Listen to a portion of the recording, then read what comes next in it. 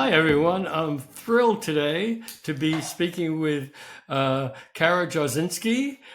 She's a fascinating lady who started with some other folks an organization with a interesting name called Resolutionaries, and we will get into exactly what that means in a bit.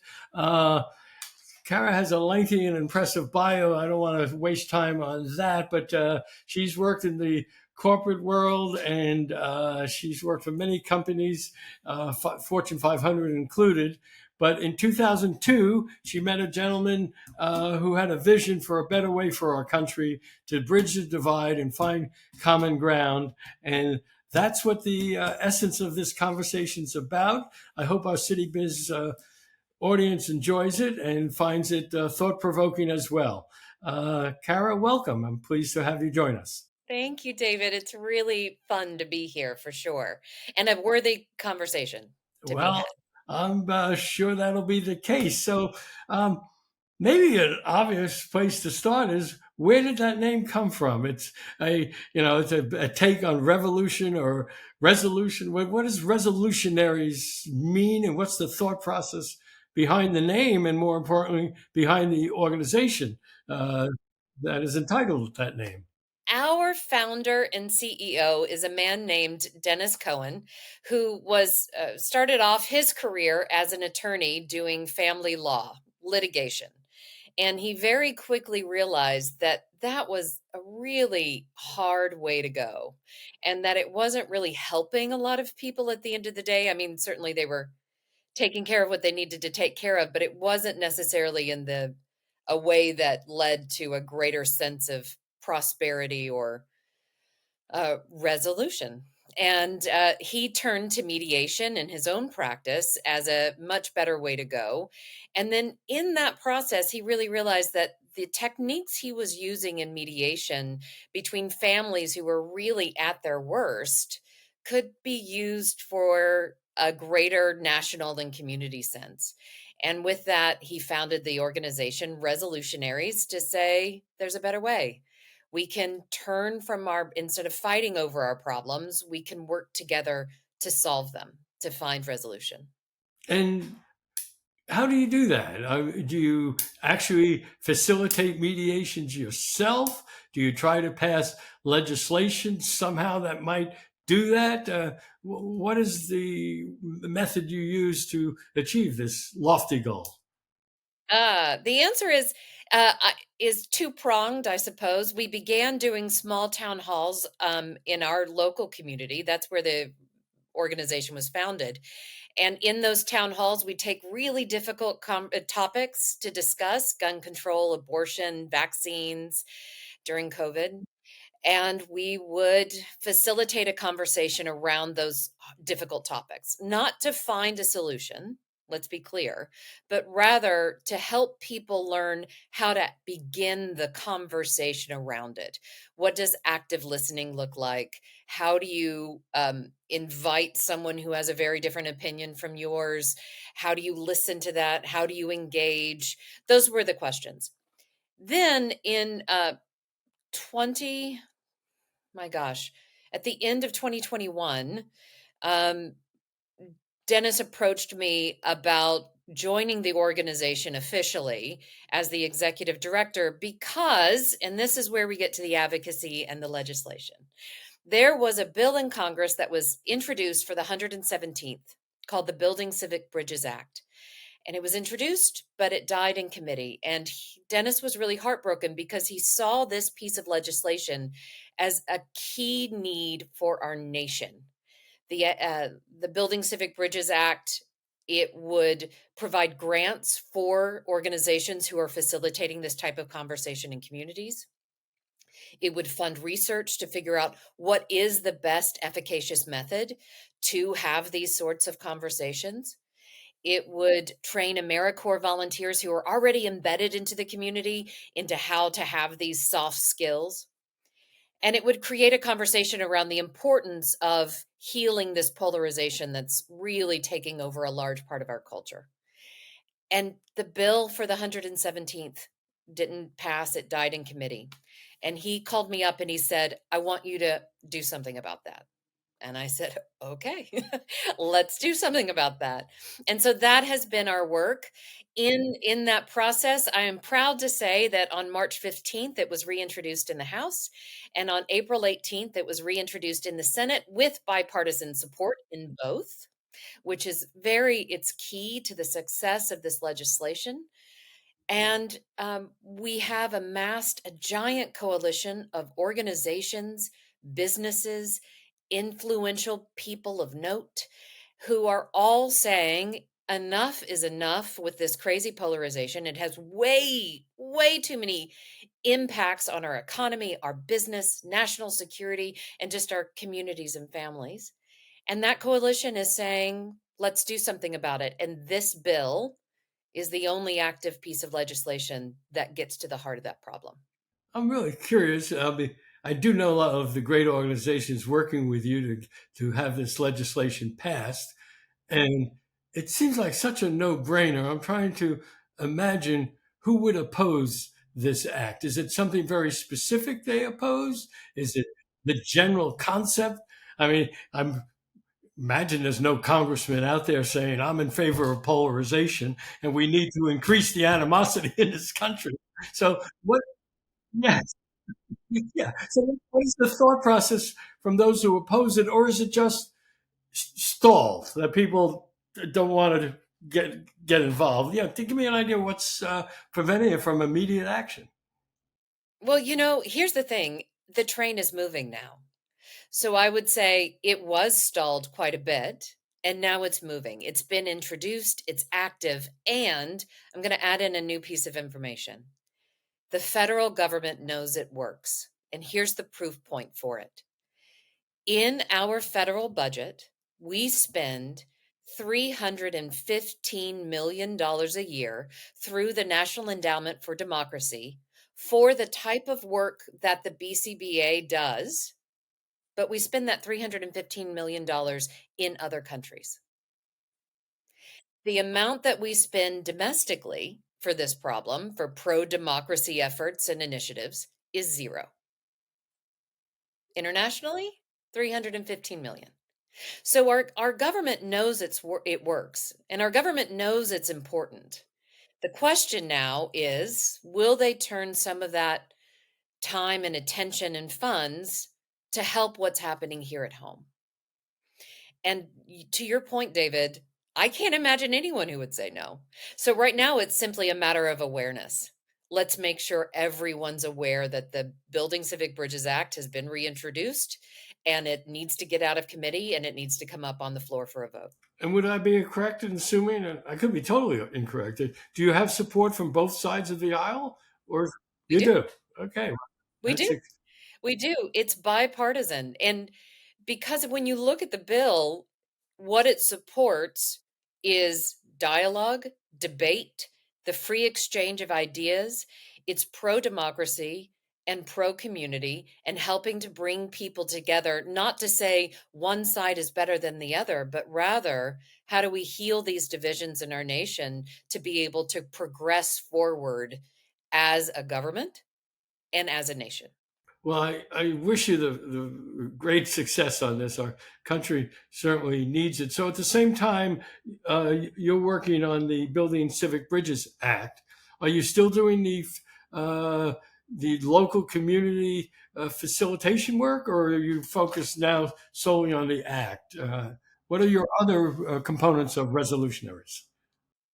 We do have some local efforts that we've begun to remount, but I would say that they are more limited in scope at this point, simply because the piece of legislation is so key to all of the efforts that are happening in this space to heal polarization at a national level. And the resources we are expending to that end are a lot. And the reason why is that the stakes are high. People know polarization is bad, but I don't hear the stats around polarization a lot. Do you mind really quickly if I run some of those stats off, particularly? Please, no, I don't. I think our audience, City Biz audience, would love it. Please. Yeah, you have a business-based audience, correct? We certainly do. Yes. So let's jump to the stats of how polarization affects business and the economy. Um, when when years that polarization is high, there's an economist out of the Federal Reserve in Virginia. Her name is Marina Azamonte. And she's done a lot of research on polarization's impact on the economy. And she has found that when those years when polarization is especially high, it results in a 27% decline in corporate investment. Let me ask you something. If the stock market went down by 27%, what do you think the reaction would be in this country? Clearly, the typical reaction that everybody would be upset, but politicians would normally blame the other politician. Right. But here's the thing, corporate investment, it's a hidden cost. It doesn't come out front. So like that's huge. In addition, the interest rates go up not only for corporate accounts, but also when Fitch downgraded our credit as a nation, what that resulted in was an increase in interest that the American government has to pay on our federal debt. So, anyone who has a credit card, you know what that means. When your credit goes down, your interest rate goes up, and that means you're paying more for money you've already borrowed. And that's what happened in the debt ceiling crisis last summer. Polarization, they're fighting over it. They can't figure out the debt ceiling. There's the whole thing with the speaker fiasco. And what that leads to downgrading credit, increase in interest, and now how much many more billions of dollars have been added to our federal debt simply because they were fighting in Congress. And when Dennis Cohn first approached you, did had you already had an interest in this area, or did he pique your interest by presenting this concept to you? Uh, were you already involved in bridging the divide or common ground facilitations? Uh, Yeah, I was doing facilitation. I was doing work to inspire and help, but it was through a corporate lens. The corporations that I would work with would their bottom line was always how do we increase our bottom line. I mean, that was always at the end of the day, whatever program we were carrying out throughout the company, at the end of the day, it was all about how to increase the bottom line. But one of the things that I found, no matter the program that was being implemented, was at the end of the day, the core piece that had to happen in order for corporations to increase their bottom line was that employees had to work better together. And for that, they needed to be more understanding. They needed some skills in conversation. They needed to also be able to work with their customers better, which meant not talking all the time, but actually listening to the customer and really understanding what the customer needed, and then being able to respond directly to that customer. All of those are all conversation skills, and they're all based in respect and kindness. well, you mentioned corporations, and you have a significant corporate background. Uh, are they involved in trying to pass the Civic Building Bridges Act, or are they worried that somehow this obviously nonpartisan, bipartisan uh, congressional act, are they worried somehow they'll be drawn into the fray? How's that work for you? No, actually, there are a lot of businesses that are incredibly concerned that polarization is going to heavily impact their bottom line, not only because of consumer behavior. When things are uncertain, consumers don't purchase things at the same rate, but also in the office, political disagreements have actually reduced productivity, lower work quality, increased workplace hostility. And I'll quantify that with a number. In 2008, there was a study, and that was quite some time ago, that the cost of that conflict resolution in businesses was to the tune of $359 billion a year. Now, in 2023, the number of conflict hours has actually increased, and it's estimated that the cost to businesses just to handle conflict resolution between employees in the workplace costs $448.75 billion. So, to that end, there are actually quite a few businesses and business organizations that are supporting the bill: Business Roundtable, Business for America, state business executives, the US Chamber of Commerce. These are all organizations, for example, that are members of greater numbers of actual corporations that are all behind the bill because it's good for business and it's good for the economy. And am I correct in assuming that if uh, you have corporate involvement, business involvement, we need citizen involvement? How would citizens get involved? Just write their congressman? Is that Yeah, that's a good place to start. And you know what's interesting is I've spoken with people and they'll go like, it doesn't matter." Not true. Not true at all.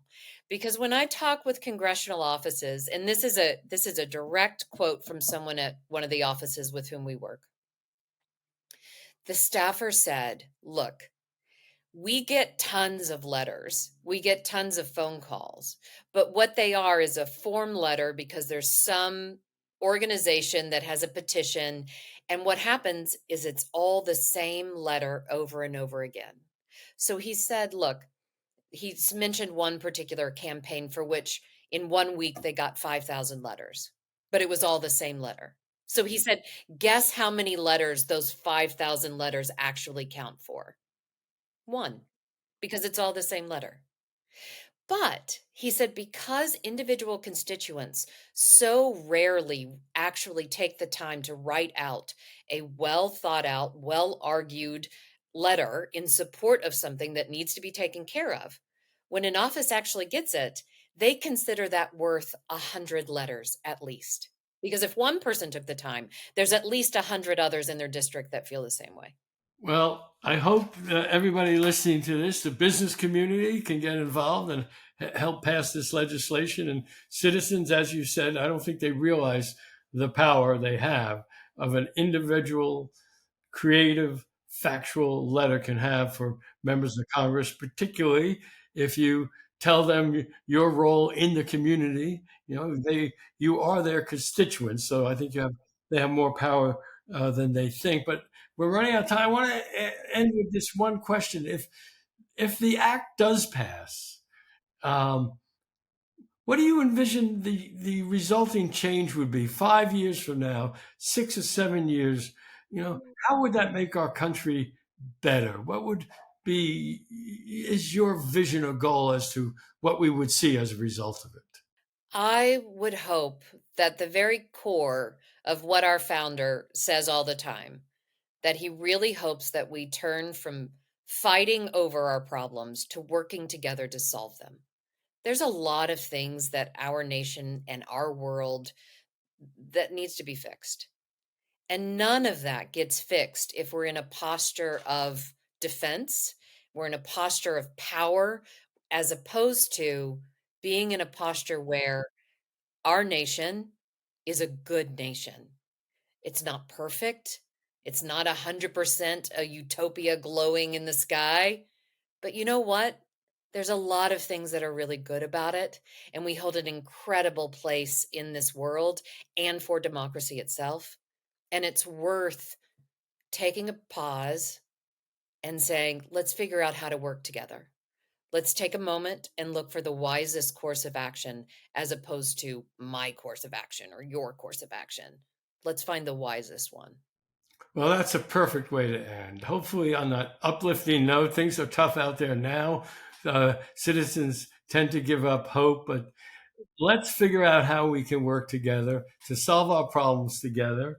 And with more people like you and Mr. Cohn and organizations like Resolutionaries, I, for one, remain optimistic. So thank you so much for your time, Kara. I very much appreciate it. Thank you.